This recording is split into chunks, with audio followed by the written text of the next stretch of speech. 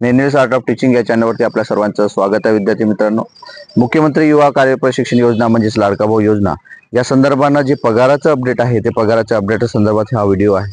आपण जर माझ्या चॅनलला पहिल्यांदा आले असेल तर माझ्या चॅनलला सबस्क्राईब करा, जेणेकरून येणारे जे काही अपडेट असेल ते अपडेट आपल्या या चॅनलवरती मिळत राहील.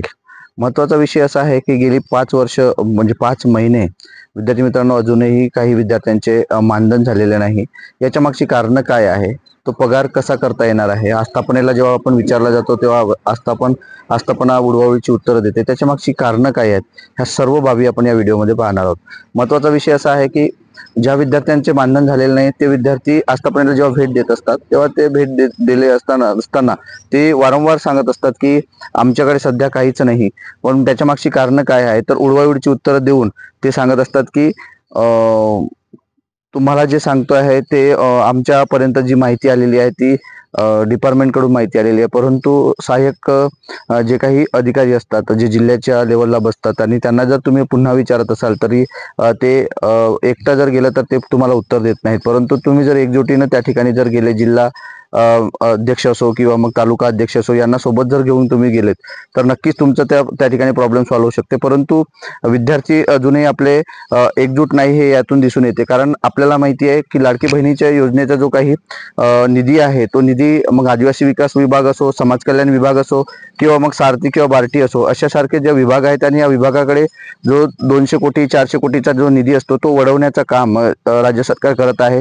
आणि त्यातून कंटिन्युटी ज्या लाडक्या बहिणीचा पगार जो आहे किंवा मानधन आहे तो मानधन मात्र कायमस्वरूपी देत आहेत. परंतु जे लाडकी भाऊ आहे त्या लाडक्या भावाचा प्रश्न अजूनही मार्गी लागलेला नाही. शासनाने तर योजना सुरू करून घेतली, परंतु शासन यावरती पूर्णपणे काम करत नाही, तर आपल्याला हे दिसत आहे.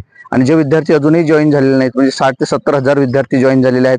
1,20,000 विद्यार्थी आपले संपूर्ण महाराष्ट्रभर होते हे आपल्याला माहिती आहे. परंतु 60,000च विद्यार्थ्यांनी यांनी जॉईन करून घेतले. शिक्षण विभागाचे जे विद्यार्थी आहेत त्यांना सुद्धा यांनी जॉईन करून घेतलेले नाहीत, काही ठिकाणी जॉईन करून घेतलेले आहेत. परंतु विद्यार्थी मित्र अशा खूप साऱ्या समस्या आहेत. जेव्हापर्यंत आपण त्यांच्याकडे जसं आपण आंदोलन आझाद मैदानावरती केलं, 2 आंदोलन आपण केली, तर नंतर जिल्हा विभागाचे जे काही जिल्ह्यातील जे विद्यार्थी आहेत ते त्या ठिकाणी पोहोचले, असे जेव्हापर्यंत एकत्र येणार नाही तेव्हापर्यंत आपला प्रॉब्लेम सॉल्व्ह होणार नाही. हा महत्वाचा विषय आहे. एकत्र येऊन तुम्ही काम करा तरच तुमचे मानधन होईल, अन्यथा मानधन होणार नाही, हे या ठिकाणी स्पष्ट करतो आहे. विद्यार्थी मित्रांनो, त्यासाठी अजून आपल्याला जर एकजुटीसाठी जर आपण काही मदत लागली तर आपण नक्कीच मागू शकता आणि त्याच माध्यमातून तुम्ही जाऊ शकता. विद्यार्थी मित्रांनो, हेच आजचं अपडेट होतं. हे अपडेट आपल्याला कसं वाटलं हे नक्की कळवा. आणि तुम्हाला याच्यात काही नवीन बदल करायचा असेल किंवा नवीन काही सुचत असेल तर नक्कीच कमेंटद्वारे कळवा. धन्यवाद.